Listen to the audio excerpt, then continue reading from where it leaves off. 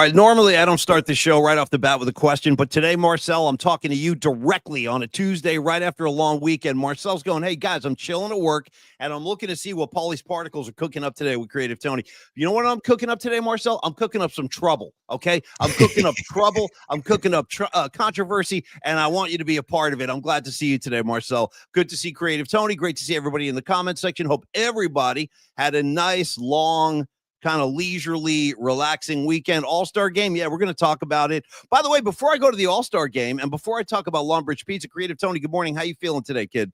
Wonderful on this Roby Tuesday. I feel great, Paulie. I feel wonderful. Okay, yes. Do you? Well, that's good. I'm glad. That's one of us. Let me tell you what's going on over here in the Paulie Mac corner of the particle universe. I am now living life without a cell phone. Since it's coming up on 24 hours, let me tell you what happened if we have any technology experts. Was it liberating? Was it liberating? No, it sucks because it's going to mean today, the rest of my day is going to absolutely blow. I'm going to have to stay. Let me tell you what happened. So yesterday I'm hanging out, I'm minding my own business, and I realized my phone is at about 10% battery left, right? I got 10% left, and it's going to crash. So I said, you know what? Let me just let this thing, because sometimes I think, I don't even know if there's anything to this, but I've heard sometimes it's a good idea to let the phone drain itself of the battery and then recharge. And I have done that before. So I figured, yeah, right. So I've heard that on the streets. So I go, okay, great. I'm going to let this thing die. It's at 10%. So 10 minutes later, it's out of batteries. Now I start charging it. Guess what? Oh boy. Just guess what? Guess what?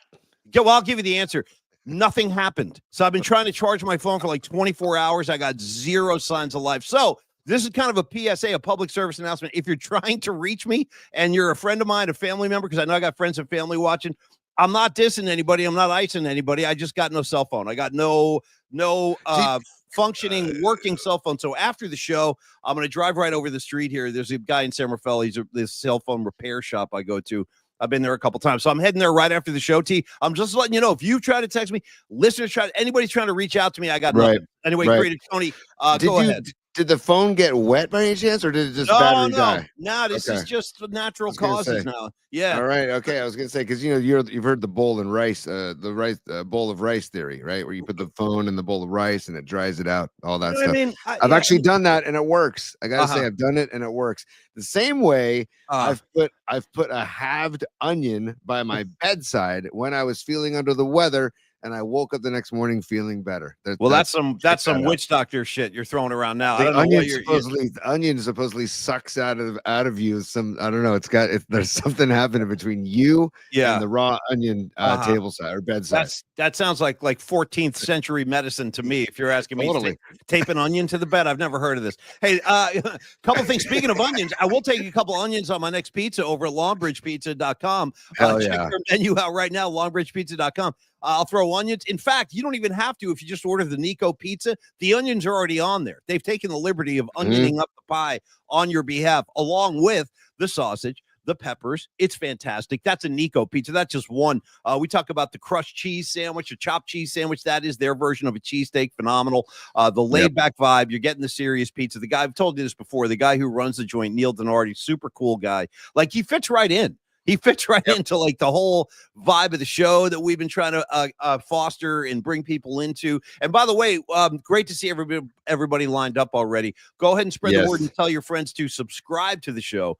That's what we're really looking for at this point in time. We want subscribers, new subscriptions, stuff like that. But in the meantime, Creative Tony, Longbridge Pizza, that was the place. I hope our friends stop by for All-Star Weekend, because there was activities going on all weekend long, man, over at Chase Center, which is going to occupy some of our content time today on the program. But I'm hoping our friends stop by Longbridge, because there were ample opportunities to do so over the weekend. I heard from Neil over the weekend. He said that they had a very strong weekend, a really fun weekend. I want to recommend the Hot and Honey pizza. Tomato sauce, mozzarella, hot copa, Calabrian chili paste, honey, and Parmesan. And then for those veggies out there, that's the pizza jacker. Mozzarella, garlic, arugula, Calabrian chili paste, lemon, Parmesan with no sauce. It's dry. Pizza jacker, like a car jacker? Maybe. Okay. I don't know. They're jacking the pizza. Also, the Alchemist Brewery, they have those beers there, the Focal Banger and the Heady Toppers. And then also they're going on the road to Brew 382 in South City. They'll be there Thursday. They do the pop-ups. Nice. Thursday, Brew 382 the next couple of Thursdays. So that'll be cool too. Okay, fantastic. Well, thank you, Longbridge Pizza. We'll revisit you guys on the way out today. And believe me, you guys, as I've said, I would not associate. Oh, dude, look at this. SF Charlie. Sorry, probably SF Charlie. Longbridge was awesome on Sunday. So right on, SF Charlie. That boy. Thank you. Boy. No, I told you. Oh, by the way, SF Charlie backing it up. Hot and Honey Pizza. That one's my favorite. It was so good. That nice. Boy. Also, G-Man Music shouting out the Jack. I feel you. Great track. She's got the Jack. She gave. And she gave me her body, but she gave it to anybody. All right, great track, G-Man. I'm all about the Bon Scott years when it comes to AC/DC. Bon Scott for life. All right, Creative Tony, listen to me. We had a long weekend. Everybody was hanging out. My cell phone was dying, among other things. And I want to know, first of all, how was your long weekend? And then number two, we need to talk about this NBA All-Star game and the dunk contest, the three-point contest. And I also today want to talk about the Saturday Night Live 50th anniversary special. It was really tremendous. And I have a good friend of mine who actually works on the show, and I want to tell you about that in a little bit as well. And final thing, Tony, before you tell me about your weekend, was the fact that I've been talking to Raymond Ritter over with the Warriors this morning, in fact, and we should have, I'm hoping, we're working on getting Zaza Pachulia on the show this week.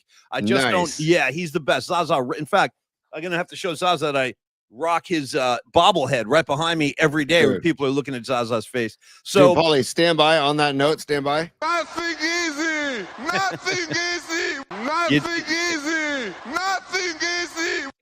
That's my boy. Zaza is one of the greatest guys. He really is. He's such a great guy. And I got to tell you this, dude. I felt this before, Tony. I feel like when the Warriors have had their best teams, like championship caliber teams, they've always had a big nasty guy in the paint. Well, dude, and this guy quit in post now, dude. Like, good call. Good call. Yeah. I don't know about the nastiness yet, but he can definitely ball. Like, you look at Andrew Bogut, dude, the angry Aussie. He had a bad attitude, bro, and he was not afraid to give you an elbow to the ribs and you're coming through the paint. Nor was David West. Right? David West was another great big we had. It was just an enforcer. You don't even want to make eye contact with David West. And then there was another big, who am I forgetting? Zaza. Hello. The guy, the reason I brought this up. Zaza Pachulia, same kind of thing. Got big, nasty dude in the presence, but off the court, total pussycat. Sweetheart of a guy. So anyway, we're going to have Shaq, dude. It's like Shaq. Same way. Did you see over the weekend the side-by-side of Shaq next to Kevin Hart? It was like Shaq was like almost 3 times the size of a human being as Kevin Hart. And by the way, I didn't need Kevin Hart. I was just about to say, bro, I'm on the brink of a Kevin Hart overdose. You know what I mean? Like, you see people on 6th Street, they're getting like CPR and stuff. They've OD'd. That's going to be me. But when the cops come, they're going to be like, do you have any needles in your pocket? I'm going to be like, no, I've just seen too much Kevin Hart over the past 5 years of my life. Every time I turn around, he's right there, Kevin Hart. I can't get away from him. Doesn't it feel like he's trying too hard? It really does. It's like, dude. He's got to become like the unofficial mascot of the NBA or so. Like, he's everywhere the NBA is now. I didn't feel like they needed him with Ernie Johnson and Shaq and these other guys and Charles. Like, why do they need Hart? I felt like they were forcing him in there when they didn't really need him. Is my opinion. I was like, I don't need it. I don't want it. I don't need it. I think a lot of people. I feel you, T. I do. I feel the same way. The less Kevin Hart, the better for me at this point. I've seen enough. I've seen too much, probably. But I will say this: something really great happened over the weekend with the crew you're talking about, the TNT crew with Shaq and Kenny.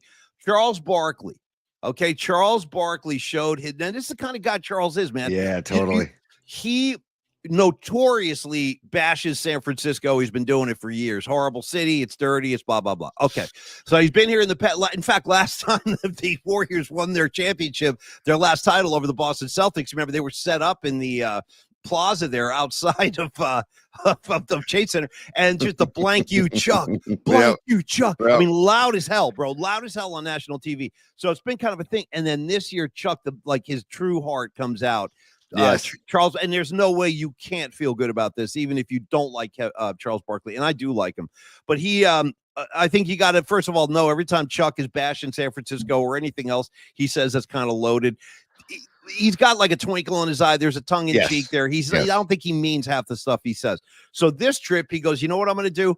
I'm going to donate $250,000 to Glide Memorial Church. Bravo, Chuck. So Bravo. Cool. And hey, we've both been to Glide, by the way, everybody. Like, Paulie and I have both been to Glide, and if you ever get a chance to go to a Glide service on a Sunday, you'll be so excited you did, because you're going to leave there feeling better than you did when you walked in. It is such a good vibe in that room, and the music that happens inside that church is incredible.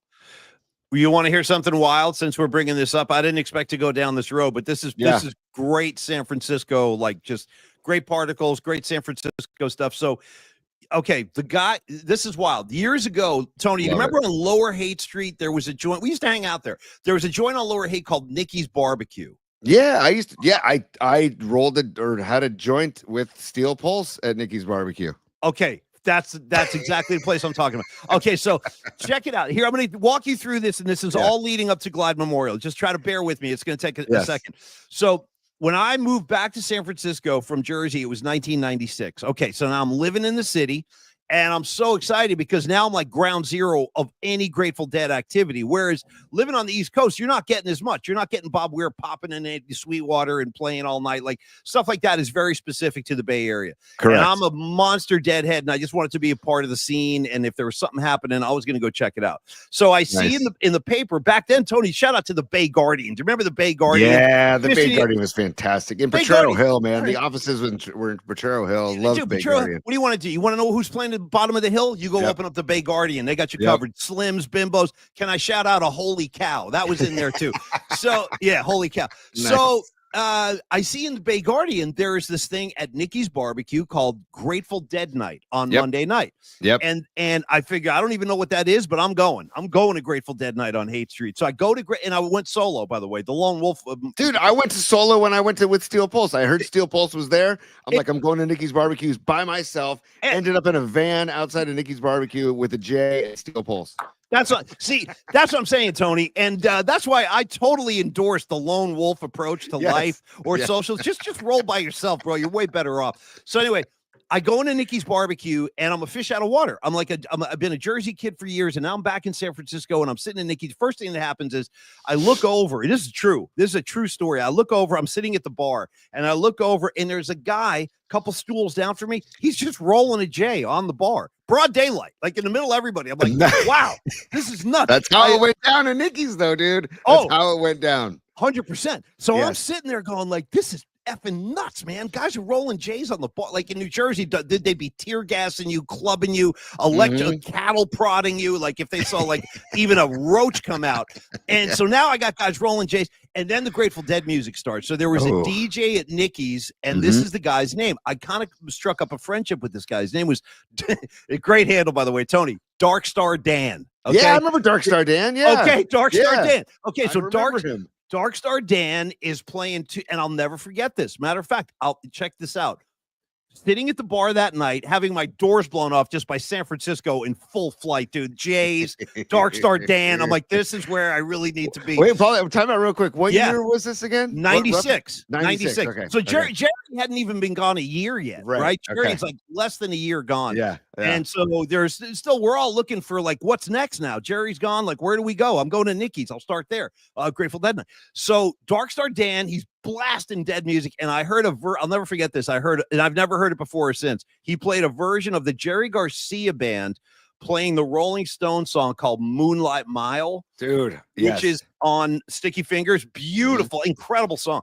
And I never even knew Jerry played it. And I never heard it before or since. So anyway, shout out Dark Star Dan. So, dude, Rising Wolf sent me that recently, by the way. Rising Wolf, one of our viewers, he sent me that Moonlight Mile. He sent it to me. He goes, give this a listen. We were talking Garcia band. He sent that to me. So particles are in the air right now with Rising Wolf and you and I'm almost done. I'm sorry. And thank you for that. I'm almost done. I know they just released one of the Garcia band releases that just came out, had that Moonlight Mile on it. So I know it's out there now. Anyway, so Dark Star Dan and I start like emailing each other somehow. We wind up hooking up and we're emailing. Turns out Dark Star Dan also runs the sound system at Glide Memorial. Oh, no way. Yes way. So that's how I connected those two dots. And when you mentioned Glide, incredible, I just thought I should let everybody know that was Dark Star Dan. He's probably still there. He probably still runs the sound at Glide. Why would you leave? Why would you leave? And Paulie, I got to give. I have a Barkley story that I want to share with you. Also, by the way, yes. And also, I want to give our commenters just some love real quick because you're getting all kinds of love on Nikki's Barbecue on Hate because they did a reggae night as well. That's why I went when Steel Pulse was in town. But you're getting all kinds of love on Nikki's. You're getting the Zeitgeist is getting mentioned by John Joseph. A great bar. Robot Centaur saw Steel Pulse in the outdoor venue in Oahu back in 2012 with Revolution. By the way, Revolution, they were big listeners to Murph and Mac and KBR. They sent us records in the mail. Aren't all the they time. Santa Cruz guys? Aren't they? I think they're Santa Barbara, maybe. I think they're down south, maybe, but they're California for sure. Yeah. So they're great guys too. They said whenever they were in the Bay Area, they would listen to KBR and Murph and Mac. So that was cool. Yeah. And I appreciate Leah. She's robing with me on. She has a cozy jacket. She says it's close to a robe.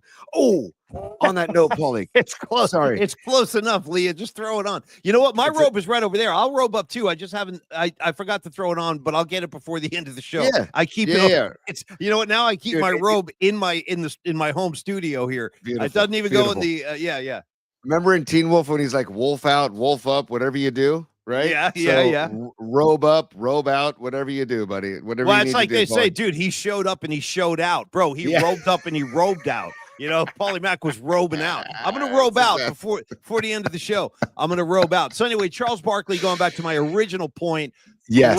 Great karma on you, Charles. And thank you. Yes. And I want to say one last thing about Barkley, and then I want your Charles story. Is that the only time I only had one interaction with him, and it was up at Edgewood in Tahoe at the golf tournament.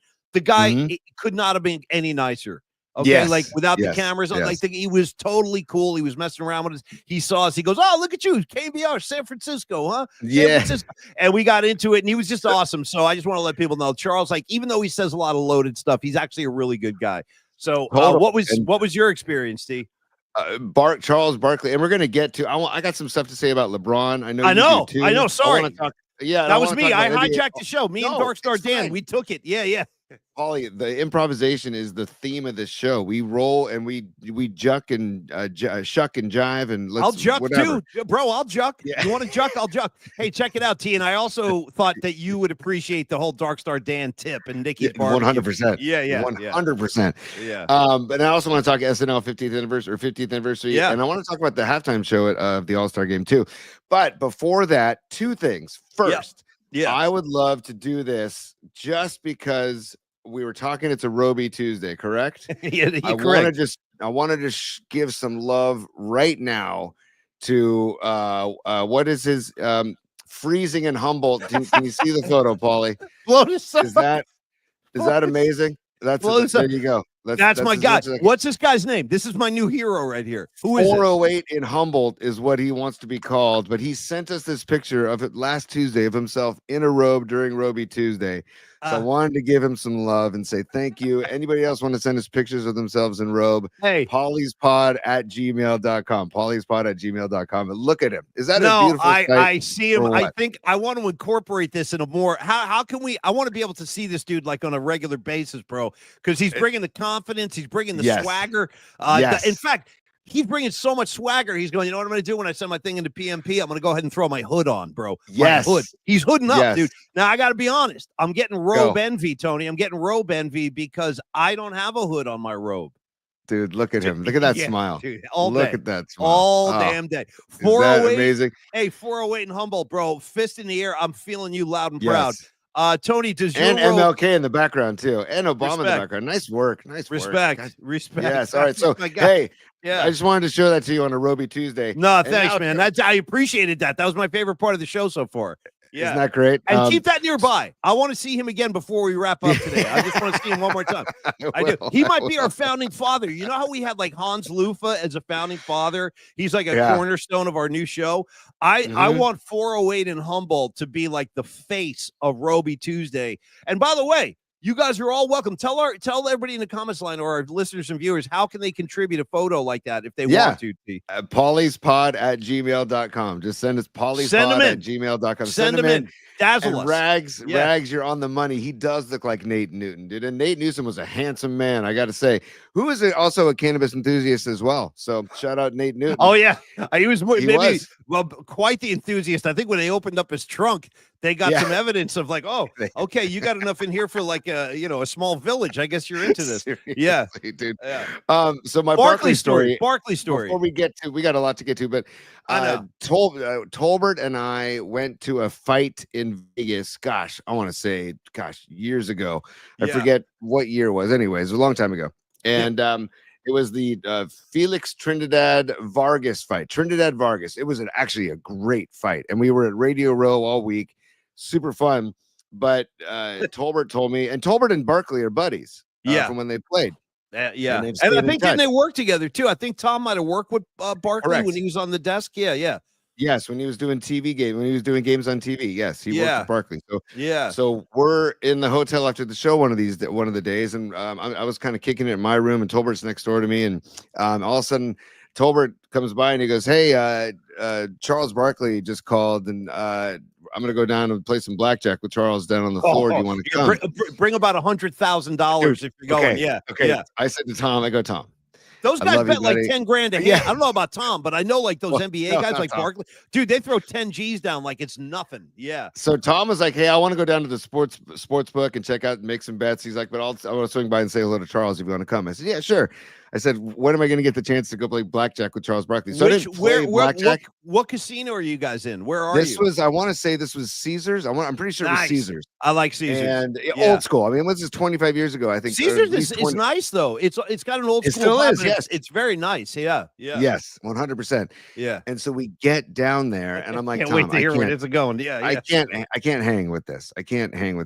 So I'm just gonna stand back and be one of those. I'm really one of those creepers in the back of the just watching.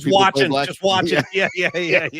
Always those are the people that make pit bosses nervous, by the way, are the people in the back that are just watching. And like, they're also, whether or not they intend to or not, they're applying pressure to the players because you got guys going, "Dude, go for it. Like, hit me. Like, I can't believe you didn't hit there. What does he do? What is he doing?" So, anyways, we're watching, and is it bad for me? Like Barkley, this is nothing bad. He wouldn't mind if I said, like, he wouldn't care. He lost he had a $20,000 bet on, and then he doubled down. It was in one of those special rooms as well. Also, I watched him lose a $40,000 double down. I was like, I go, "Tom, this is making me very nervous." And I know, right. It's making me uncomfortable. Yeah. And I was like, I gotta get out of here. And Tom goes, I'm not comfortable too, man. Let's go. Yeah. So we went to the sports book, and I'm like, damn, Barkley, dude, that's how he rolled back in the day. I'm like, this is crazy. Yeah, no, those guys are all about it, man. They gamble big. I mean, Barkley, Jordan. But to your point too, Paulie, that Barkley couldn't have been nicer. Yeah. Couldn't have been a nicer guy. Yeah. So it was, and he and Tom have a great relationship. And I'm like, you know what? Tom, again, and by the way, we have news on Tom that he's going to be starting to show very, very soon. I think it may be as soon as next week. So stay tuned for that. He's been dropping little breadcrumbs on Twitter. So follow Tom Tolbert on Twitter and on Instagram as well, Tom Tolbert Show. But I look forward, and I just want to say, just for between you and me and our friends on board today, I'm looking forward to the return of Tom Tolbert. I really feel like I don't know how else to say, but there's like a hole in the Bay Area landscape without Tolbert's voice talking sports. Like, we all need that. So glad he's coming back. Anyway, Tony, sorry, go ahead. You are, and you know what's great, because I've talked to Tom a bunch, and so I know you have too, Paulie, that he is very excited to to do whatever he wants and say whatever he wants whenever he wants. Kind of like we're doing. Yeah. And Tom was very good about doing that for the most part, but he still had to stay within the confines. And now there are no walls. Or actually, Paulie, oh man, by the way, there are no walls. You're doing something. Yeah. Or stand by. The rules are there ain't no rules. Okay. All right. One more time. The rules are there ain't no rules. Thanks. Couple quick reactions. First off, my favorite soundbite of all time that's never been cut in the history of Paulie Mac broadcasting. So thank you. One. And two, it sounds like a freaking lawnmower engine. Because he's in the car. Yeah. He's in the car. Is he gloving up, dude? Is he gloving up? Is he putting gloves on while he's saying this? I think he already gloved up. This is Crater Face from Greece, by the way, that people that don't know. Don't the gloves have studs on them and spikes. stuff? They have spikes. They have little spikes on them. Yeah, he's spiking up. All right, go ahead. Let me hear. Yeah, so he's in the car and he's talking smack to Travolta and Kinnicky, and so then he says, "The rules are there ain't no rules." Hell yeah, bro! Thank you, T. Right. That's fantastic. Well done. Well and done. On that note, happy birthday to John Travolta today, Paulie. Born in 1954. Okay, do the math on that real quick. I got an F in math. What is he? How old does that make him? What is he? So that's 69. I think that's 69. Good for him. 70 would be 50. Or no, 71. 71. I got to tell you, guys like that. I like John Travolta. I don't know. Again, Saturday Night Live 50th anniversary show. I just want to mention this real quick. Steve Martin did the monologue at the beginning. In that, which is funny as hell. And in that monologue, he announced, he goes, I turned 79 years old this year. Steve Martin, guy sharp as a tack, funny as hell. Those are the kind of guys that inspire me. I'm like, okay, so you don't have to be a lump of S when you're in your 70s. You know what I mean? You can still be out there being cool, being smart, being sharp, and doing your thing. So, more power to the old folks, and I'm like a step behind him. So go ahead. And so Martin's monologue was fantastic, by the way. Well, the guy's a freaking comedy genius. I was hoping he was going to pull out the banjo, though. Give me some Steve Martin on banjo too. You've seen him picking. He easily could. He easily could. He's a very good banjo player. Yeah. Yeah. Also, Adam Sandler's tune that he wrote and played for the 50 years was great. Yeah. All kinds of like inside jokes and hey, my bad. I took you off. I forced that thing in. So go back to where you were. You were about to tell me something. You taught Barkley. You hit the rules are there ain't no rules. We were talking Tolbert, but you were going somewhere. And I interrupted you. I don't know where I'm going half the time, Paulie. So I don't know where I was going. But if I can do this, I can tell you that Dom Peralta. Yes, you are correct. But also, Dom, we got your email, dude. We're going to be talking off mic later on because there's plans in progress for PMP gear, PMP Army gear. So thanks for the email, Dom. But he said Dr. Dre's birthday is today too. Yes, happy birthday, Dr. Dre. Happy birthday, Dr. Dre, born in 1965. Happy birthday, Dennis DeYoung of Styx.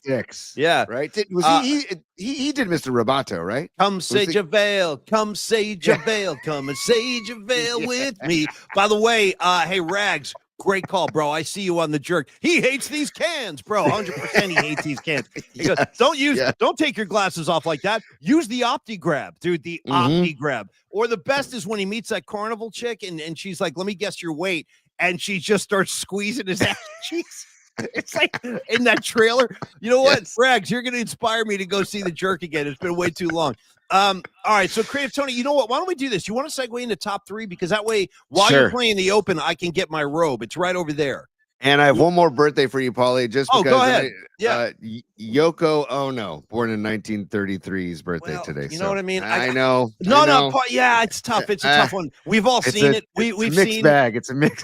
All I know, dude, is I look over because how do you not love the Beatles? Sometimes I listen to the Beatles. I can't take it. I'm like, it's too good. It's like too perfect. Right, it's too good. Yes. I gotta get out of there. Got to get the hell out of that area. But I look at the Let It Be movie. Dude, they're recording Let It Be. And she's on the effing piano stool with John Lennon. She's on the stool with him, dude. They're trying to record tracks. She's on the stool. Yeah, I don't like that note right there, John. You should be doing something else. It's like, when did you join the freaking, I don't even remember. You know what I'm saying, dude? She's on the bench with John. He's trying to play the freaking piano and she's sitting right there. Let me get my robe. Give me the open T. I'll be right back. Go. All right, stand by. Tony's top three. That's one, everybody. Thanks for joining us, by the way. Tony's top three. And a third time. Tony's top three. There we go. And now we're feeding the ducks, everybody. Thank you for joining us here on PMP, Polymax Particles. We got to get PMP to really take off. PMP, you know me.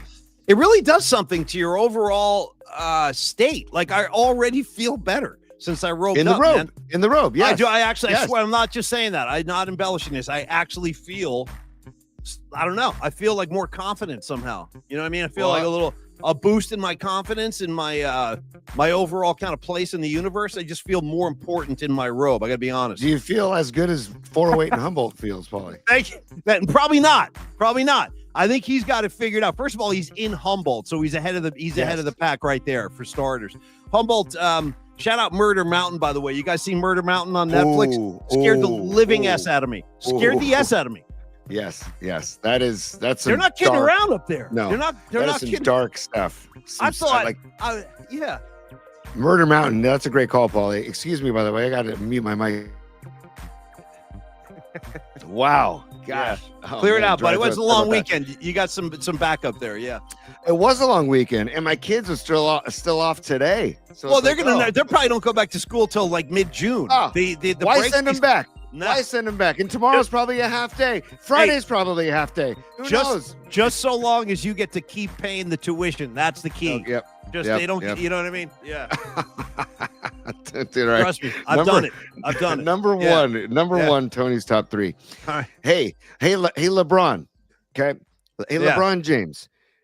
Something tells me you knew long before Saturday that you weren't going to be able to play in the All-Star game. Yeah, that's the word on the street. Yeah, people are saying he should. Yeah.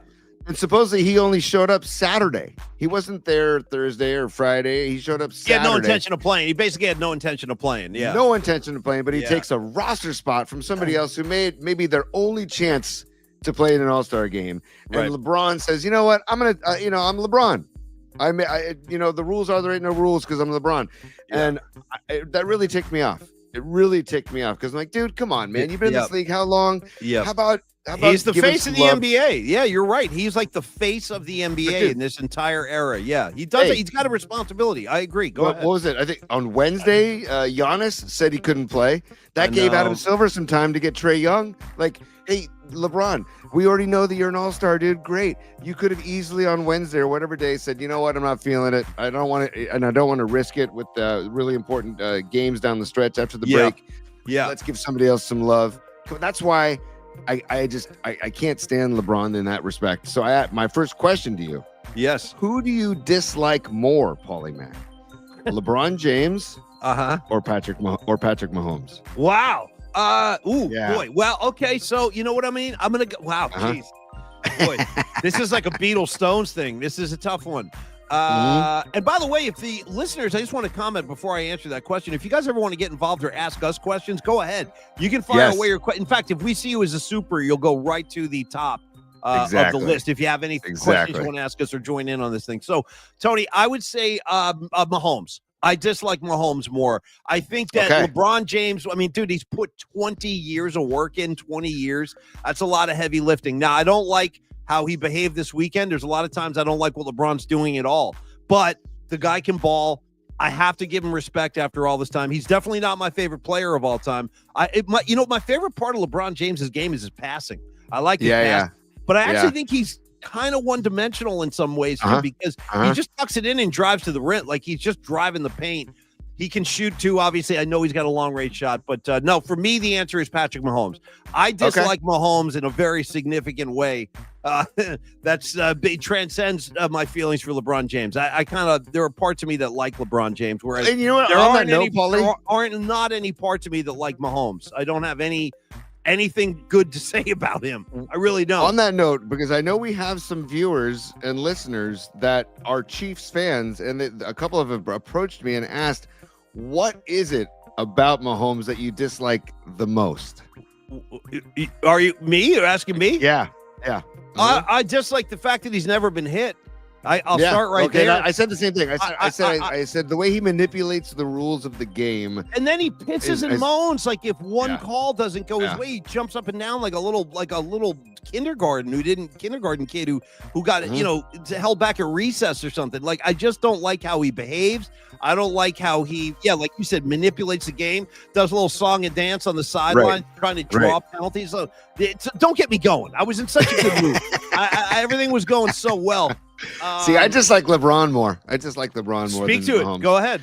I just feel like in all this daddy ball with his son, like that really ticked me off too. Because it's like, why? Like, okay, can we look at the skill set of your son versus the fact that he's just your son? You're just going to put him on the Lakers roster? I know, costing some other like legitimate player a roster spot in the NBA. Yeah, I just feel like and also it's maybe it's a jealousy thing with Mahomes and LeBron, where Mahomes gets protected by the refs, LeBron gets protected by the refs. Curry, for the love of God, never. And I don't Never get in a it. million years we'll get that protection. He's the big part of their bread and butter as a league, as an organization. Yep. Steph Curry is the guy fills arenas everywhere. It's kind of like it was with Michael Jordan. Like when Jordan came to town, you couldn't get a ticket. I don't care if you were in Charlotte or Washington, D.C. or Atlanta. Like it didn't matter. When Jordan came, that place was going to be sold out. And it's the same thing with Steph Curry. And Curry. Did you hear how Curry left gifts, like gift bags, in everybody's locker that played in the All-Star weekend? I did not hear that, but I'm not surprised. That's Steph Curry. He goes above and beyond. The guy is just. I tell my kids all the time that is a role model. Like that is a role model. I agree. Yeah. If you really do want to find a role model in sports, Steph Curry's the guy. Period. End of story. Tony, can I ask you a sub question in the middle of your top three? This is like subsection A. I want it because it's kind of connected to your thing about LeBron James. I'm at the point now with this All-Star game where I think they gotta flush this thing and start all over again, or just do away with it. Just stop. Just stop it. The fans are unhappy, and here's my question. About the format, like the format and stuff? All of it, man. All of it. And the fact that they just don't compete on the floor. It's like, you want to drive? Yeah, go ahead. Go to the rim. There's no go do whatever you want. There's zero defense. Tony, I don't even see a guy like with a hand up. There's not even a defensive posture out there. It's like, yeah, go ahead and shoot. You want to dunk? Yeah, make it a reverse. Go nuts. I mean, that's why Curry's shot at half court that he swished was incredible. If you want to see something crazy, go on YouTube after we're done, of course, and then enter LeBron James getting his ass shut down by Kobe Bryant in the All-Star game. Those guys weren't messing around. Those guys took a lot of pride, and I lived in that Kobe, era. dude. Kobe, that was a game he did not want to lose. And Jordan did the same thing to him. When Kobe came into the league, Jordan was like, you know what, kid, I'm going to shut your ass down today because I'm the big dog out here. And Bird was like that. Magic was like that. They did not want the other conference to have anything over them. So my question, Tony, is this: is it like an FU or a snub to the fans that this is happening, where guys clearly don't care about the game? And big stars like LeBron James are just like, nah, I'm not playing. Like, is that an FU to the fans? Is that a snub? I'm asking you. Oh, well, the LeBron thing for sure. It's like they were down a player. They could have brought in another super stud of a player. And LeBron said, nah, I'm just going to tell you what, a couple hours before the game, my ankle's, not feeling too good. It's like, dude, come on, man. Like, that's why Giannis, respect. You told Adam Silver on Wednesday. Yeah, I'm not going to be able to go. Respect. Yeah. And like you said, that opened the door for Trae Young. So now another guy gets to actually go experience All-Star Weekend. I just wish they would compete in the game, Tony. Like, make it competitive. Show some pride. Well, they have to incentivize it somehow, some way. I mean, they didn't for the other generations. They went out and balled, then they played hard. That's a good point. Why do you have to Rising Wolf sent me something the other day, and I got to give you Rising Wolf credit. Like the All-Star game where they basically told Kobe to miss free throws so Jordan could win the All-Star game. And did Kobe, but Kobe was like, what are you talking about?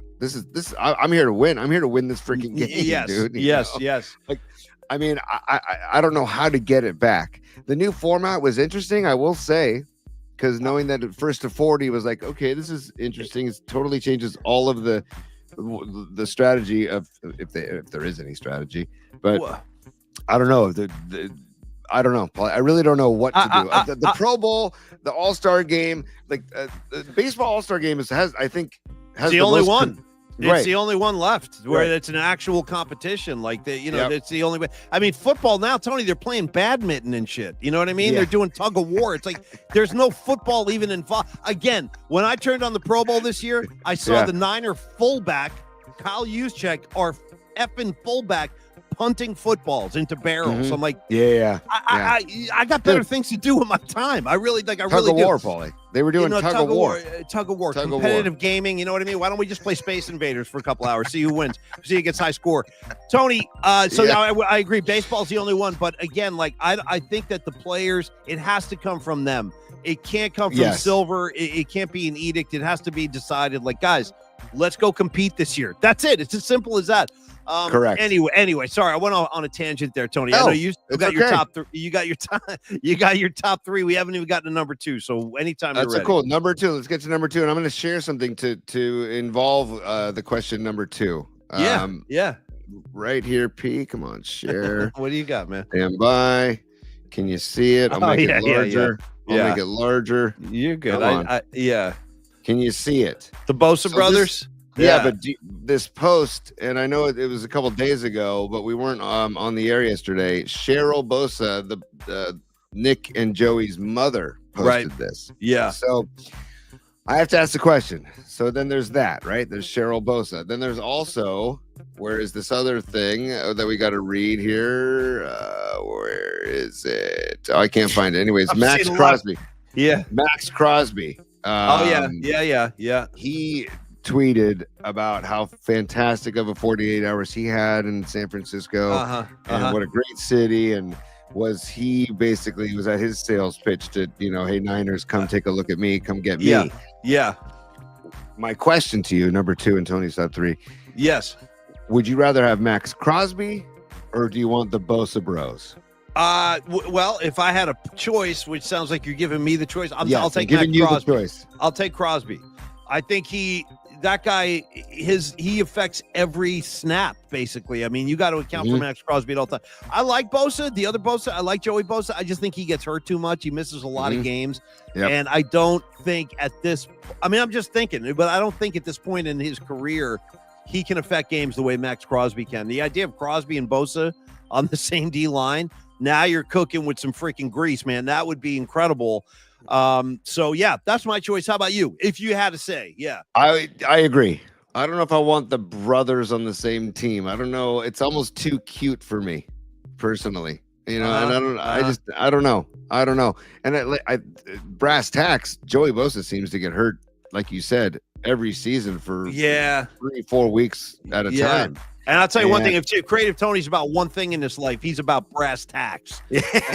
Brass tacks. I like that you dropped the brass tacks. Listen, brass tacks. I like that. I do. Funny you bring up brass tacks, because over the weekend we were talking about brass tacks and how we used to use that in promos in reference to Farhan, and how we were giving double guns to Farhan being back with the Dodgers, dude. It's like, come on. What a douchebag. By the way, brass tacks would be a pretty decent name for like one of our bands too. Like Paulie Mac and Brass Tacks, not a bad name for a band. Brass Tacks. That's actually a great call. Oh, by the way, let me. Sorry, now I got to tease something else, man. Sorry about that. Come on. I just got tapped to sit in with my buddy Jimmy Dillon at Sweetwater. Nice. Yeah, that should be a lot of fun. He's a great. This guy's played with Bob Dylan, Clarence Clemens. He's a monster. Great guy too, Jimmy Dillon. We'll get him on the show next week. We'll talk to him. We'll promote it. Anyway, he's a guitar player. He's got a night of music happening at Sweetwater on the 28th of February. I think it's a Friday night. He asked me to come out and sing a song. Yeah. So I'll definitely be there. We'll give some tickets away. We'll do that next week. Sorry, Tony. Just wanted to get the early plug out for that. That's fantastic. John Joseph, Paulie and the Punishers. Yeah, dude. That'd be a good punk rock band. Paulie and the Punishers. I do like Brass Tacks, though. Anyway, Tony, sorry. The Bosa brothers, no. Crosby, yes. Ooh, Dom Peralta with a great parallel. It would be, I mean, it's not skill wise, but like too much like having Taylor and Tyler Rogers. I wasn't really into that either. Nah, you know what I mean with these twins, and then they get all upset when you break them up and stuff. Did you grow up with any twins? I had a couple twins in my high school. I've coached twins in Little League, but and I feel like too, if you piss off one Bosa, does that mean you're pissing off both? Like probably. you offended my brother. Yeah. And all of a sudden, like we're in trouble with both Bosas, or I don't know. I want to shout out the Brady bunch and Peter Brady, who did the most gangster move of all time. He had a date with 2 girls same night, and then he had this like doppelganger guy, Phil Packer. Do you remember that with the mustache? Yes. So now Peter Brady was dating like 2 girls. It was nuts. Anyway, these twins. Enough with the twins. I don't want any more brothers on my teams. I'm with you on that, T. Yes, Leah Phillips also says it's like the Roger twins on the Giants. Good call. See, our viewers / listeners are on it. And Neil Donardi checks in from Longbridge Pizza. The bar Brass Tacks in Hayes Valley will get you that proper Manhattan. Ooh, okay. I didn't even know about this place. Bar named Brass Tacks. Very cool. And I did have a proper Manhattan this weekend. So of course you did. Can I be honest with you, Tony? I'm going to just say this off the record. It's nothing official here. I think Hayes Valley might be my least frequented neighborhood in the city. I'm usually just like passing through Hayes Valley on my way to like Bill Graham Civic or something like that. Sure, but, sure. And I'll tell you the main thing with Hayes Valley, my biggest problem with Hayes Valley is it's a cool neighborhood, maybe like too cool, like at this point, but you can't park over there, bro. They've closed like all the streets now, so guys can like ride their bikes down the street and all this. There's no way to park.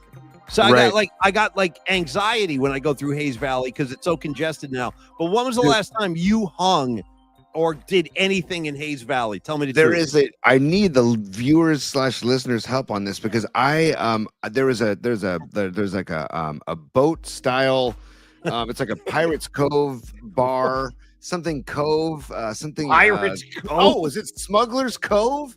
I think that's the bar. I think that's a Tom Petty song. I don't know. Smuggler's Cove. That is a Tom Petty song too, but I think it's Smuggler's Cove. Anyways, that's the last time I've been in there. Well, and Soup and Cookie is a great restaurant too. Nice, Tom just said. Nice. That's a great restaurant. Smuggler's Cove. Yes, Robot Centaur. Is it? Okay. Yes. And there's a super fun bar, dude. Decked out like you're on a pirate ship. Hey, while we're talking Hayes Valley, there's one other place over there. Is it a Flippers burger joint? Flippers? There is like one. I know there is a burger joint over there. It's kind of notorious. You're getting a lot of love on Smuggler's Cove, by the way. It's a great spot. I apologize for not remembering the name right out of the gates, but it's a great spot. And now I want to know the name of the burger. Is it Flippers, you guys? Is that what's called Flippers? I think there's a Flippers over there. Anyway, Tony, let's finish your top three. For the love of God, we're dragging our feet, and it's my fault as always. It is. It's my fault. Flippers Gourmet Burgers on Polk. Flippers Gourmet Burgers. I don't know if that quite is that in the. Yeah, I don't know if that's Hayes Valley. Yeah, but it's a good burger joint. It's in the city somewhere. Yeah. Well, speaking of burgers, dude, get your smash burgers at Longbridge today because it's Smash Burger Tuesday. Tomorrow, Chicken Parm Wednesday. Hey, if we're going to shout out burgers in the city, too, one final plug, and these are from my old buddies. They've been a true San Francisco institution, and I know you and I have done it, excuse me, when my kids were little, chocolate shakes for everybody. We're going out to Bill's Place, Tony. We're going to Bill's Place. Out on Clementon, what are we talking, 25? It's like 24th, 23rd, 24th, right around there. And it's very close to my favorite taqueria, Gordo. So see what I mean? That whole corridor out there. You got your Bill's Place, and you eat your Bill's Place. You got to have a chocolate shake, and then go watch the carp swimming around in the big tank in the back. They got that outdoor kind of lagoon thing going. Yeah, there's a lot going on at Bill's Place. Yeah. Great San Francisco knowledge. And Sons of Johnny Lee just checked in. Johnny LeMaster. Hey, Sons. What up, brother? 650 Goff. Thanks for the address. By the way, I got to give Sons of Johnny Lee some credit. I almost thought about doing the same thing. He was down at Sunken Diamond at Stanford checking out college ball this weekend. Nice. And he was actually posted a picture of Chinook sunflower seeds, the best sunflower seeds you'll ever chew. Once you go Chinook, you'll never go back. Creative Tony, random college baseball question for you, only since you just brought it up. Creative Tony, who was the most let's just use the word famous, I guess. Who was the most famous guy you ever pitched to in college who went on to become like a stud in the pros? Jason Giambi I pitched against. Damn, how'd that go? Not well. Go? I think he grounded out of me, but he hit a foul ball off me like 450 feet. Okay. We also gave Stanford their biggest loss. I think it lost in school history. We beat them 18-5 up at USF. Okay. And Mark Marcus, the head coach of Stanford, was so pissed off. He was so upset because he hated playing at USF in the first place because it was Why? Because our field, did you go from Sunken Diamond to USF? They renovated USF now. It's beautiful. I know. It's a whole new facelift. Yeah. By the way, I take it back. Sorry, Sons of Johnny Lee said the game was at Goodwin Stadium at Cal State Fullerton. My bad. Wow. I thought it was Sunken Diamond. Thank you, Sons of Johnny Lee. Respect. I just love that you were out seeing college ball. And the Dons were out on the Diamond this past Sunday too, or this past weekend too. But yeah, we gave Stanford their biggest loss, and he hated USF because of the fog. It was cold, and it was a smaller stadium. Good. And it wasn't. Yeah, it's cold. It's fine. Good. That's how we like it. Good. Oh, I got to give love to my old coach, Rich Hill, who now coaches at University of Hawaii, I think, but he was USF, and then he went to University of San Diego. Anyways, he used to say it. There's the fog monster, guys. There's our guy, fog monster. I like it. It would come over the big dorm that overlooks the field. And anyways, so now how was dorm life at USF, by the way? For real, how's like the dorm scene? Is there you got parties going on? Super, yeah. Oh yeah. A little hallway progressives, under wraps, of course, because you had the RAs on hallway certain floors. Progressives. I don't even know what that means, but I like the sound of it. I like a good hallway progressive. different stylings in the rooms of different extracurriculars. I understand. I do. Sons of Johnny Lee. Can I show this real quick too? He's got a great stuck point. it in there. I put that in the bookmark thing. Yeah, I loved it too. I saw that too. Let's just post it real quick. Come on, let's post it real quick so people Sons can see is all over because this is true San Francisco love. At its best this right is here. great. Great call, Sons. Look at that. Look at Kevin Garnett in. Oh, look at that. I mean, come on. I love Garnett, man. Garnett will say anything, anytime. He does not care. And showing respect to USF and Bill Russell is Bill Russell. That's a hoodie, by the way. I want that hoodie. I want that thing. That thing. You know what's crazy, man? When my son James was a little kid, he was probably 6-7 years old. Well, this is back when KMBR used to actually have the Warrior games. Yep. And our old boss Tony Salvador had these killer seats, man. Well, yeah, actually Tony had seats on the floor, but we also had killer seats like 2 rows off the floor, which is the same thing. You're right there. So, and the seats were right behind Joe Lacob's seats at Oracle over in Oakland. So one year I had my son James at a game and we had the awesome seats. So we're sitting right behind Joe Lacob. And that night, just out of sheer luck and coincidence, Bill Russell was his guest. So I was telling my kid, I'm like, James, that's Bill Russell. And I told him about everything he's done. 11 championships at the Celtics, USF, greatest player of all time, most respected player of all time. And to this day, and then at one point they put Bill Russell on the Golden State Warriors are proud to host Bill Russell. So Bill Russell was on the screen and we all applauded. My kid still talks about that to this day.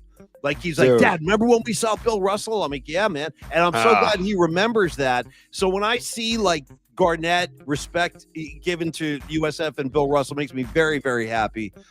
Bill Russell, maybe the greatest to ever do it. Everybody talks about LeBron and MJ. Let's not forget about Bill Russell. You know who else never gets mentioned anymore? And I'm getting kind of sick of it, Tony. Shout out to Kareem Abdul-Jabbar. I love Kareem. Kareem doesn't even get mentioned anymore. Who's the GOAT? Is it Ant Edwards? No, I don't think so. Go see LeBron. Go see a Kareem's baseball card at some point. You want to see some numbers. Go ahead. One of the things I love too was Winning Time. That's what I loved about that show, Winning Time, and all the Kareem stuff and Winning Time. Everybody go check out that show. They did a great job in that show. John C. Reilly is Jerry Buss all day with the Como. And what's his name? Adrian Brody. Adrian Brody. Pat Riley. I mean, so good. Really good. And Tony, the kid who played Kareem. Yes, I'm forgetting his name. Forgive me, you guys. I think he did a great job portraying Kareem. He played college ball at Cal. That kid. That's right. He was on the Murphy Mac show, and I'm forgetting his name, but he was super cool, really good guy. I'm looking up the cast right now, Paulie. Well, if you just give me a second, if you can find his name, so we can give him some love. I will. I'll find it. When I find it, I'll give him some love. He did a great job on the show. Should we finish Tony's top 3 at some point? We probably should. We've been doing it for like 40 minutes. I know. Well, that's what I love about the show, though, man. Leah Phillips, Particle Vibes. That's it. That's what this is. Particle Vibes. I'm looking it up real quick. I can't find it. Where's Kareem? Solomon Hughes, Paulie. That's it. Solomon Hughes. Yep. Nice, dude. Nice. Yep. Anyway, played college ball at Cal and did a great job portraying Kareem. And if you haven't seen... Go ahead. No, I was just going to say, like Tony said, if you haven't seen Winning Time, I recommend it. A lot of people didn't like it because it wasn't exactly factual on every point, but just that they're trying to capture the essence of a time and place. And I thought they did that pretty well. I thought the kid who played Magic Johnson was pretty good too. Agreed. And I also want to give Kevin Garnett some love for his role in Uncut Gems with Adam Sandler. Dude, I mean, all day. By the way, you want to talk degenerate gambler? Yeah, Sandler in Uncut Gems he's unhelpable. He cannot be saved. He really can't. That movie showed me just how talented Adam Sandler is, because he's gotta a very give it funny, up. You gotta give it up. Yeah, very funny guy. He's my kids love him. My kids love Happy Gilmore. They love the movie Happy Gilmore, and Billy Madison too. I want to shout out Adam Sandler's girlfriend in Uncut Gems. She was talented as well. I'm forgetting her name. Agreed, but then you see him in Uncut Gems as this dark, disturbed character, and the acting he does is just incredible. And then there's also that movie on Netflix where he was the NBA scout. I forget the name of the movie. I never saw that one. Yeah, people liked it. I never saw that. Very good, Paulie. Very good. I highly recommend that movie. Is it a serious movie or is it like a comedy? Yeah, it's serious. And Queen Latifah is his wife in the movie. Nice. Yeah, it's a really good movie. God, I forget the name. Somebody help me out here. I got Queen Latifah's back forever. Yeah. Forever. I've been a fan since day one. I'm not even kidding. Robot Centaur. Thank you, dude. Robot Centaur is on it. Hustle. The show's called Hustle. Last thing to prove my Queen Latifah credentials. Shout out. And by the way, she's another Jersey girl. Shout out Queen Latifah. You ready, T? Don't think I don't have the tracks in my head. I do. Ladies first. Okay, ooh, dude, nice. Ladies first. Go ahead. Let's. If we're talking female rappers, I want to give Sweetie, or it's spelled Saweetie, but it's pronounced Sweetie, in the halftime show she did with Too Short and En Vogue. Yeah. Paul, if you didn't see the halftime show, I highly recommend it. Too Short was great, En Vogue was great. And Sweetie in between the two was great. So I what a really man, what a man, what a man, what a mighty good man. Yeah. Sing it, Tony. Too Short, man. Too Short, good dude. Man. Yeah. Too Short did blow the whistle. It's like, come on. Of course. How's he not going to blow the whistle? It's just, you know what I mean? It's fantastic. Okay. The only thing that was missing was Bobby wearing his cape. I can play too, y'all. Let me get a couple licks out. Yeah, dude, y'all. nice. Yeah.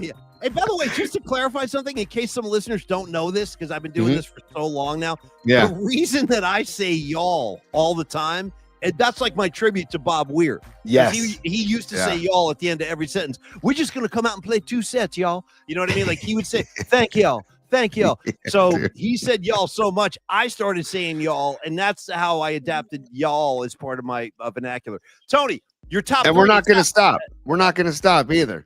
That's right, y'all. I also want to give some love to the people checking in on Instagram Live, and I want to say, I love you guys on Instagram Live. I really do. I love you guys on Instagram Live. Thank you.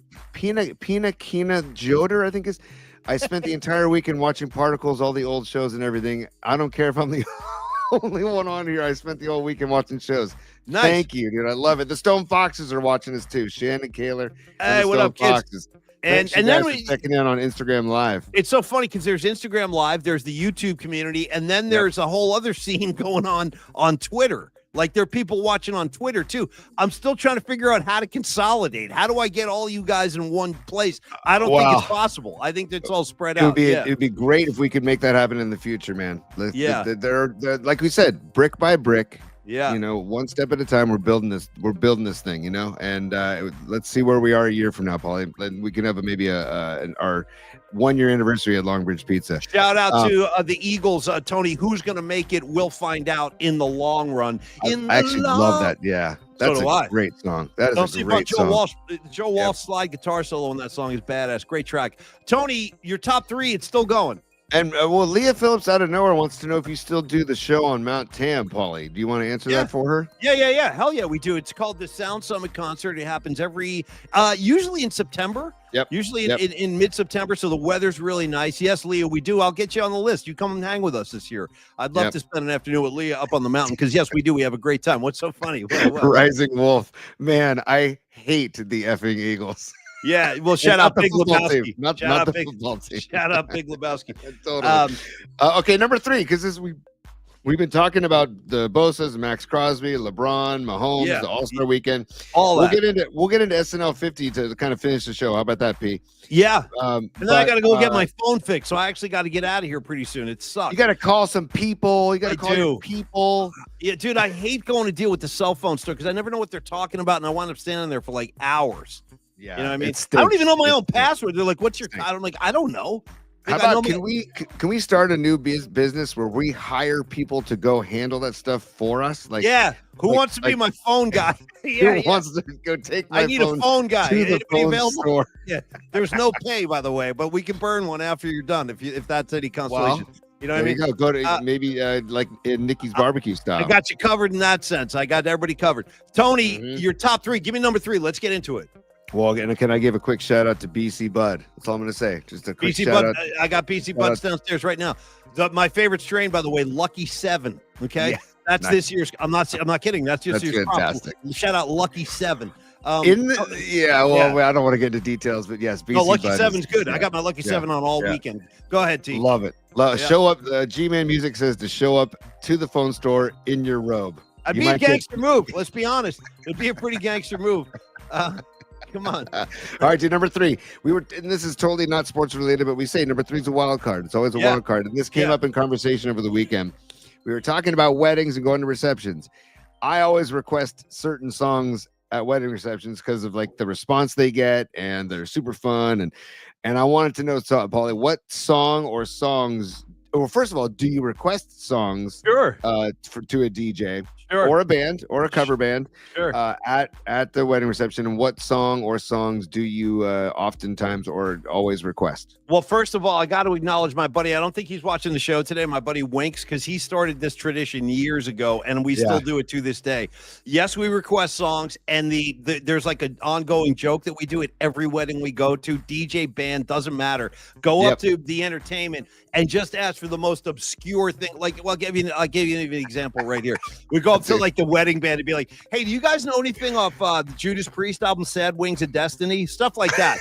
Just stuff that there's no way in hell anybody in the band's ever even heard the album. Or you go up to somebody and be like, "Hey, do you know anything of Paul Stanley's solo album from 1978?" Shit like that. And didn't just watch the look on their faces. No. How about Casey and the Sunshine Band? You know what I mean? Yeah, right. Have you ever had anybody that says, like, to one of your random requests, "Oh yeah, we got that"? No. Okay. Hey, do you guys know anything off the second Anthrax album? You know what I mean? Before Joey Belladonna joined the band. Do you know anything from that period? Stuff like that. So that's how I approach that. I just ask for the most ludicrous thing. It's comedy. And then you just have an interaction with the band that's totally bizarre. How about yourself? That's fantastic, by the way. And hopefully we're at the wedding reception. Try it at home. Try it at home. Ask for like the most, or you could be like a Grateful Dead thing. Hey, do you guys know how to play the, do you guys know anything off Anthem of the Sun? Do you know Cryptical Envelopment? Do you guys know that one? You know what I mean? Just something that ain't going to be happening. But Tony, go ahead. How about yourself?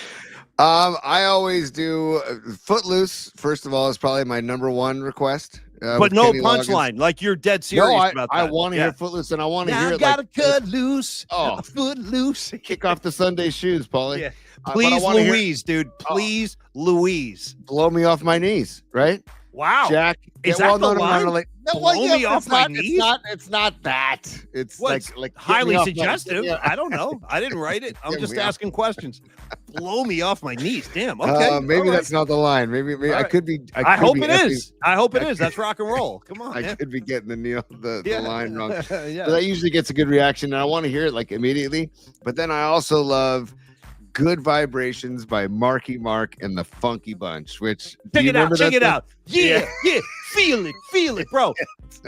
If you gave me time, if you gave me enough time, I could actually produce it. I have it in I Are do. You serious? I'm dead serious. The record? I was gonna be that thing's probably worth right on record, not on vinyl, baby. Can you feel it, baby? Feel it. No, I got it on CD. Come on. I swear to Christ, because when I worked for a pop station in Boston, that was one of the freebies I got, and I just kept it. I still got. You know what else I have, dude? I got Marky Mark and the Fun Bench, and I also have Gerardo, bro. I got Gerardo. What was that? Rico Suave. Rico Suave. Honey, Suave. I got it. You know what? Let me make a note. We'll do show and tell tomorrow. That'd be good. And like honorable mention. I'll also throw in there Lionel Richie, Dancing on the Ceiling. Not all night long, Dancing on the Ceiling. My cousin Kimberly, shout out Kimberly. We were having this topic over the weekend, and Dancing on the Ceiling was like, yes, that's it. Tomorrow, I'm going to give you a reason to tune in right now. First of all, working on booking Zaza Pachulia. I don't know if he's coming on the Night Flight show, but we'll get Zaza this week, and I will be showing off. We'll do a show and tell. I'll display my Gerardo and my Marky Mark CDs. I'm not kidding. I got them. In the house. Both of them. Please produce those. Done. It's done. I mean, shout out to the vocal on that, though. It's such a good. There's no chance in hell I could, do that. But the woman who sings that is incredible. Feel it. What's the other one? We've come a long, long way together through the hard times and the good. Celebrate you. I gotta celebrate you. I have do. To celebrate you, babe. Praise you. That's what it is. Praise you. That's another good one.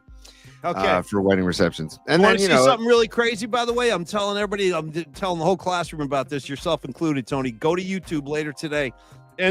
Search Marky Mark and Eminem. Dude, they almost came to blows on MTV once because this is Mark Wahlberg, the actor. He was just Mark. Oh, right. So he's on this thing, and Eminem's there. It was like what was the name of that show? Total Request Live or whatever. They would have like a studio full of people and they would bring in guests.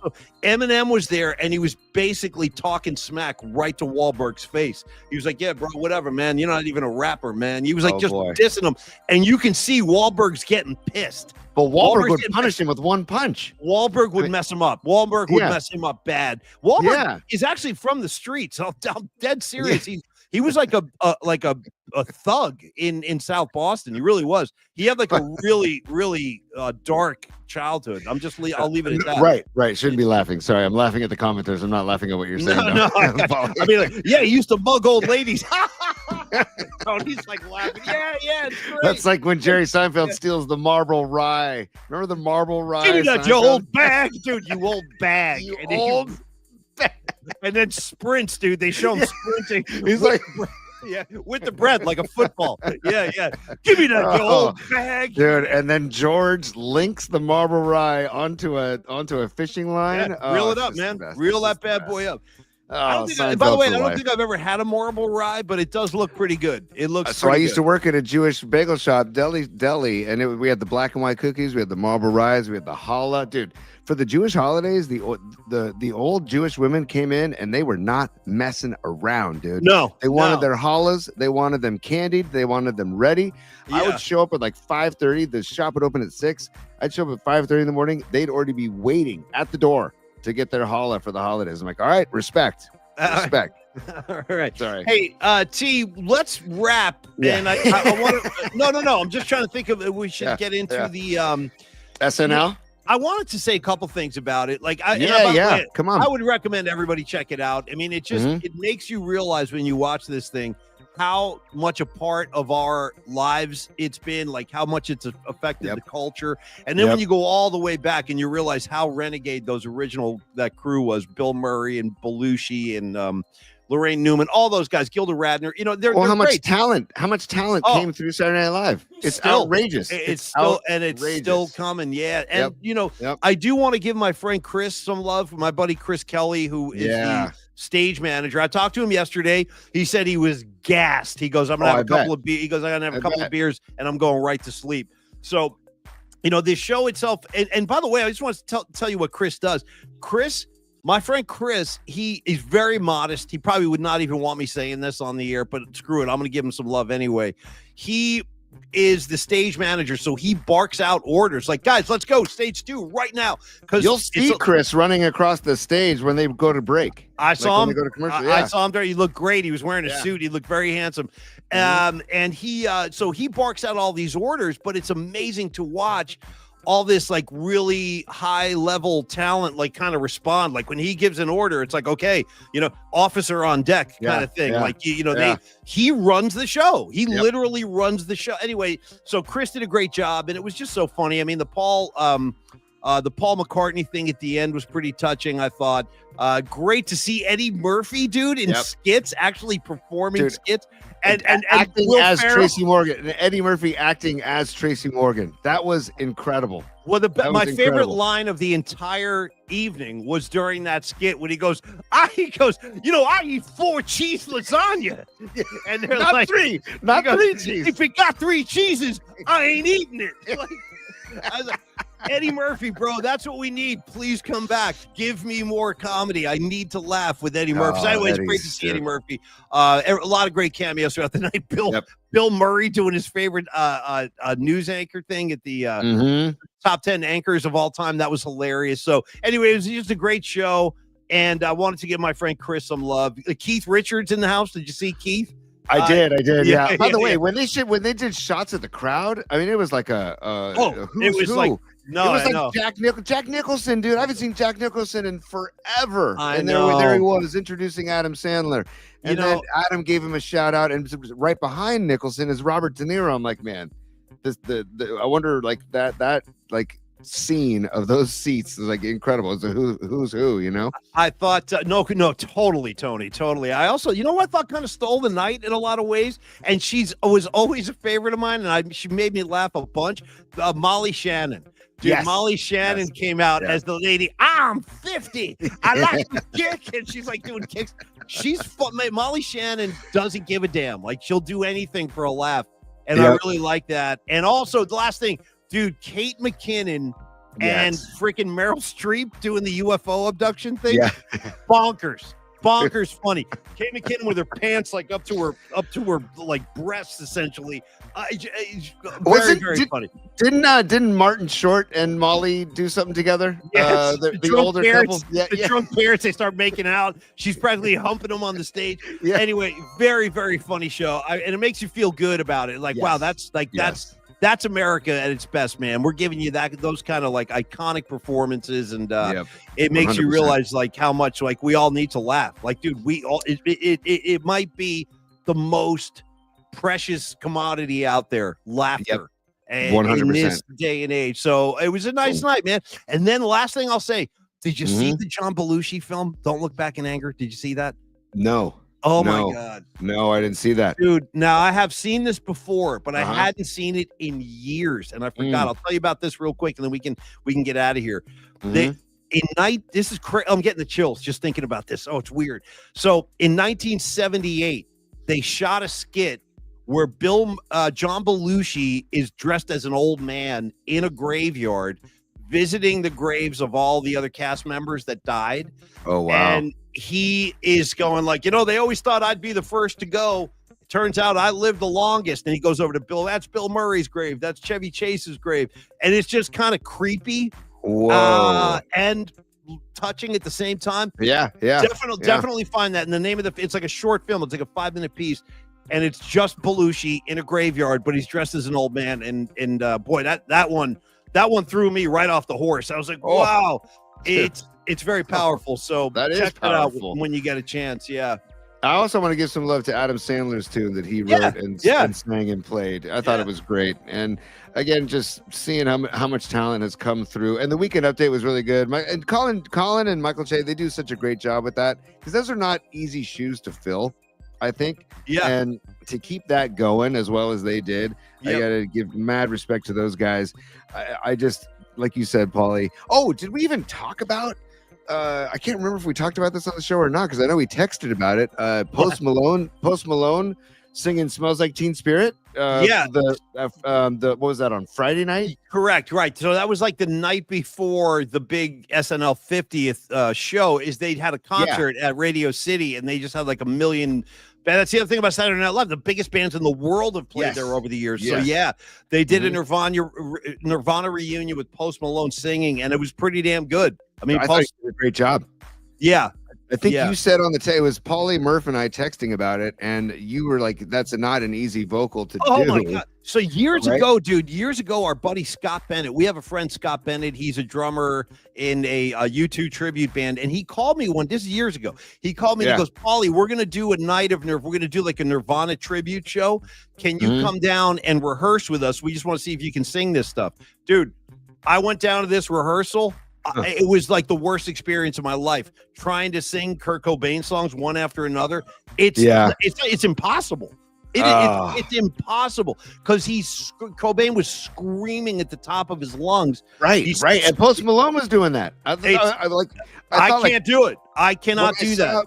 But when I saw it starting, I'm like, okay, Post Malone's going to do this. He better go for it. If he's going to do it, he better go for it. Yeah, you got to go for it. Yeah, and he did. He went for it. He did. Paulie, last question as we wrap it up here. What's a harder vocal to sing? Kurt Cobain or Michael McDonald? Kurt Cobain. Kurt Cobain by a mile. Yeah. Okay. All right. Oh, no, I got no problem. I got no problem with you. What do you, dude? I'll defend minute by minute if I have to. Minute by minute. And I'm a What a Fool Believes guy too. Yes, my love for Michael McDonald runs deep. And his contribution. You know what I mean? So talented. So talented. So are the people at Longbridge Pizza. You want to talk about talent? They got their talent is making pizzas and feeding you like the kings and queens that you are. Shout out Aerosmith, by the way. Kings and Queens, good track. Get down to Longbridge Pizza. Enjoy some of the best pizza in San Francisco as it stands today. Longbridge Pizza, serious pizza, laid back vibe. Join the Vibe Tribe. Enjoy the atmosphere when you go in there too. My favorite bands are always playing when I'm in there. Jimi Hendrix, Rolling Stones, You got your Anastasio band, you got your Garcia band, you got your Grateful Dead, you got your Fish. It's all happening all the time. Excuse me. And then we've talked about the sandwiches that are exceptional. That's the best word I can use. They're exceptional. Yep. The chicken freaking parm. And tomorrow's the chicken parm Wednesday. I've told you guys, you know what to do. You don't need me at this point. I'm going to let you right off the leash. Go ahead. You guys know what to do. Get in there and get the chicken parm. Sons of Johnny Lee did it last week. He was raving about it. Paulie, we had like 3 different viewers today say that they went in over the weekend and that it was the bomb. I can't remember the names of the people. I'm trying to scroll through and find them to give them some love for going in there because we appreciate you guys. We're not BSing about this place. This place, I mean, it's legitimate. Paulie, you've said flat out you wouldn't back this place if the pizza wasn't legit, if the food wasn't legit. And then I'm the beer like dork where I love really good craft beer. Yes. And Neil and Andrew know good craft beer, and so they always have good beers on tap, as well as right now they have the Alchemist beers too, Focal Banger and Heady Topper from Vermont. So they know what they're doing there. They know what they're doing there, man. Yeah. And hey, order takeout. If you don't want to go in, order takeout. Longbridgepizza.com. When are the Dubs back at Chase? Are they back? They're not going to be back this week. They're playing at Sacramento on Friday. I haven't checked the weekend schedule. They might be back on Sunday. I'm looking it up right now, P. They are they're at Sacramento on, like you said, on Friday. Saturday, they don't play Saturday, and on Sunday, they're back home on Sunday. Dude, great. They play Dallas. They host Dallas Sunday at 12:30. Go to Longbridge before the game or after. Oh, it's a matinee game. Nice. Yeah, and Klay Thompson. You got Klay Thompson back in the building, so that's right. And cool. It's 3 blocks from Chase. It's and then take if you're on the peninsula like me, take Caltrain 22nd Street exit. 7 minutes and 3 seconds from the train to Longbridge. Longbridge pizza, Longbridge pizza, Longbridge pizza, Longbridge pizza. That's a song I've written for Longbridge Pizza, Tony. I hope you like it. 2347 3rd Street, Longbridge Pizza. Great food. You guys go enjoy. I'll see you in there myself very, very soon. Creative Tony, I got to go. I'm going to the cell phone repair shop. It's going to suck. I hope these guys can do it lickety split. If not, now I got to go buy a new phone. That's like my most dreaded experience in the world. I feel like they're always laughing at me. They probably are because I don't have any. Like, do you know you're like your passcode? Like you entered your passcode, like when you bought your phone, you have to use like a different. No, it's like an alternative code with like a number and a slash has a symbol in there. I'm like, dude, I don't know what you're effing talking about. I'm already getting stressed, and I haven't even left yet. Creative Tony, God love you. God love all. God love you. I'm going to dismiss the class, Paulie, if that's okay. Please. Class dismissed. Hell yeah. Hell yeah. Yeah, I like to go right from, It comes strong, too. You know what I mean? It's like kind of evil. Give me some moves, Let me see. That's DJ Robey. Yeah. That's DJ Robey. Check out his new what's his new album out too. Check out DJ Robey.